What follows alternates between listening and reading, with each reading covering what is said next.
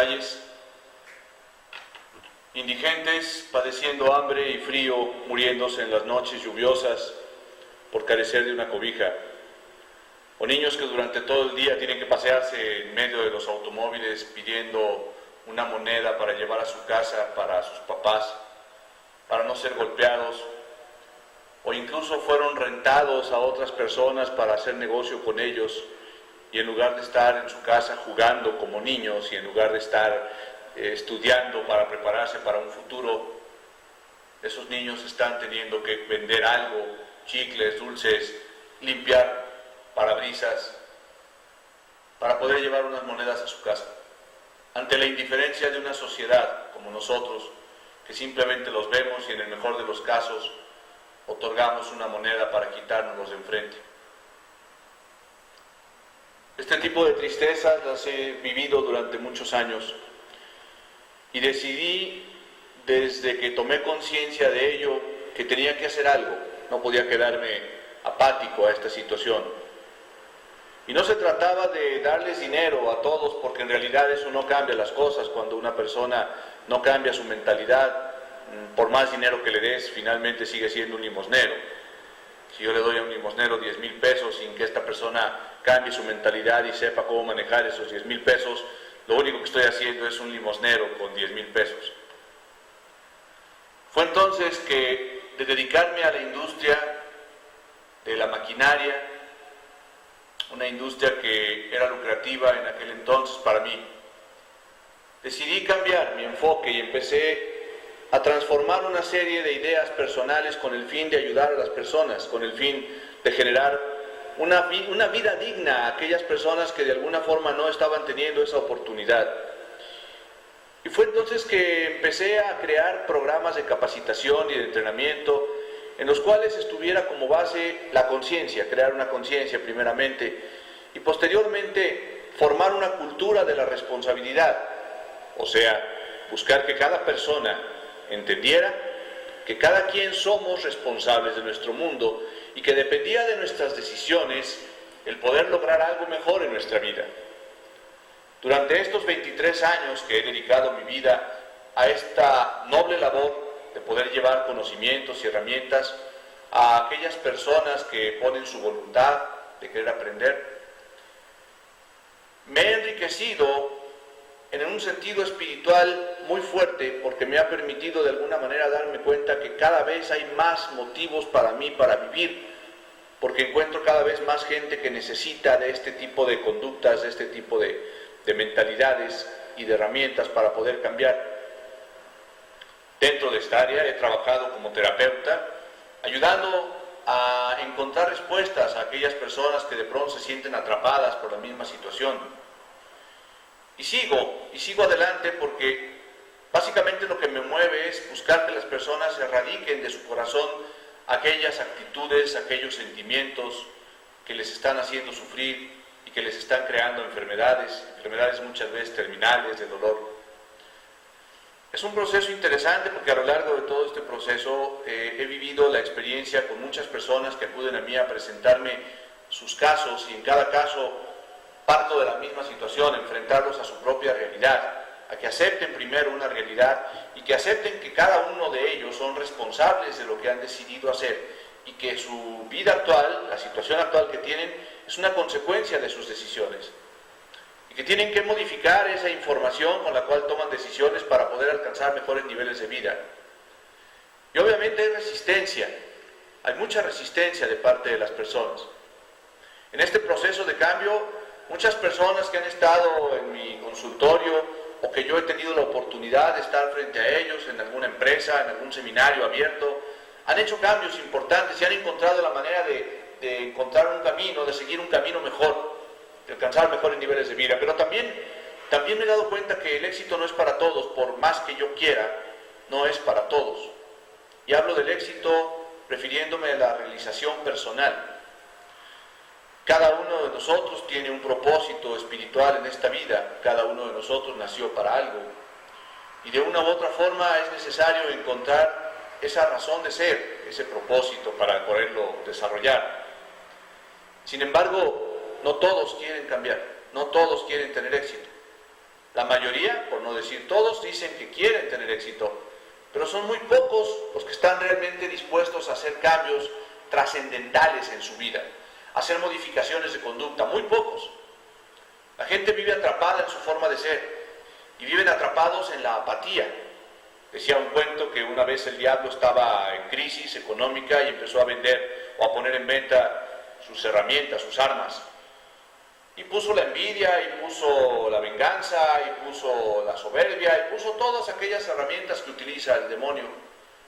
Pero entre todas ellas puso una herramienta que era la más costosa, la más cara de todas. Y uno de sus ayudantes le dice: ¿qué es esta herramienta, esta arma que es la más cara de todas? Y el diablo le contestó: esta herramienta es la apatía. Y cuando una persona cae en la apatía, yo ya lo veo todo lo que quiero con esa persona. Por eso es la más cara. Porque la apatía es renunciar a la vida. Y la vida es un proceso maravilloso para cada uno de nosotros que tenemos que utilizar, sirviendo prácticamente a través de los talentos, de las virtudes, de las experiencias que adquirimos todos los días, que se nos fueron dando todos los días por un Creador que nos ama a cada uno de nosotros y que nos dice: a ti te voy a dar el talento de servir a través de construir, y vas a construir casas, y a otro le da el talento para poder manejar la cuestión administrativa, y a otro le da el talento para cantar, y a otro le da el talento para poder hacer arte plasmado en obras, en pinturas, y a otro le da el talento para poder gobernar correctamente. Y sin embargo la mayoría de las personas lo desperdicia por no enfrentarse a romper ese estado de confort, ese estado de seguridad en el cual se mantiene apático a hacer cambios. ¿Por qué? Porque se justifica que tiene miedo al cambio, cuando en realidad lo que está haciendo es sentirse muy contento y muy seguro en su egoísmo personal insano de mantenerse ahí sin querer cambiar.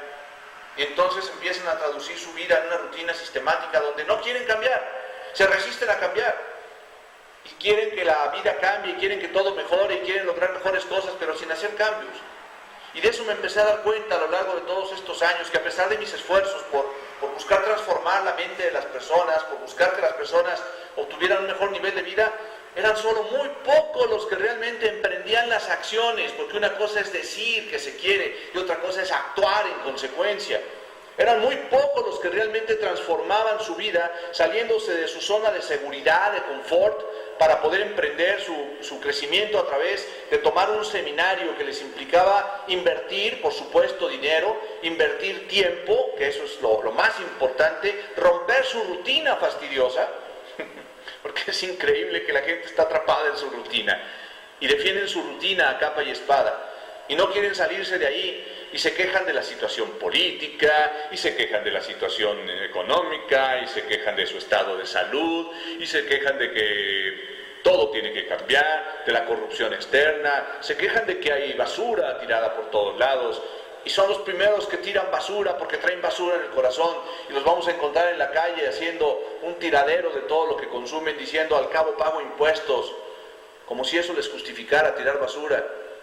Y son los primeros que se quejan del desorden que hay en las calles y de la violencia, sin darse cuenta que son los que propician violencia muchas veces, saliéndose a la calle a estorbar a otras personas. ¿Por qué? Porque ellos no tienen nada importante que hacer y entonces van simplemente estorbando en el carril de poder rebasar, haciendo que todos atrás de él lo tengan que esperar y provocando el coraje y la ira de los que van atrás, tratando de pasar porque llevan prisa, porque sí tienen un proyecto que ejecutar. Pero esas personas que van ahí estorbando dicen: que me espere, qué prisa lleva, como si tuvieran que rendirle cuentas a él en su egoísmo. Y vamos a encontrar a hombres y mujeres alterando el orden de los demás, parándose en las cocheras ajenas, estorbando, justificándose con que solo me bajé un ratito, no me tardo nada, pero estorbando a otras personas, disponiendo del tiempo y la vida de las otras personas. Y esos individuos, que son los que generan el problema y el conflicto dentro de una sociedad, son los que más se quejan, pero hacen poco para ello. Y pueden llegar a un río que está contaminado y nada más dicen: qué barbaridad, alguien debería de hacer algo, pero no son capaces de meter la mano por sacar un bote y tirar esa basura a donde pertenece la basura. No lo hacen. ¿Por qué? Porque llegan: yo no fui, no es mi problema, a mí no me toca. Y esa apatía, esa forma de no participar, de no involucrarse en un cambio, es lo que está generando tantos conflictos en el mundo actual, con personas que viven muertos desde hace años, que son una especie de zombies, les llamo yo. Personas que desde hace muchos años están muertos y no se han dado cuenta que están muertos. Siguen respirando todavía, pero su fastidiosa rutina no los deja ver que hace muchos años que se murieron.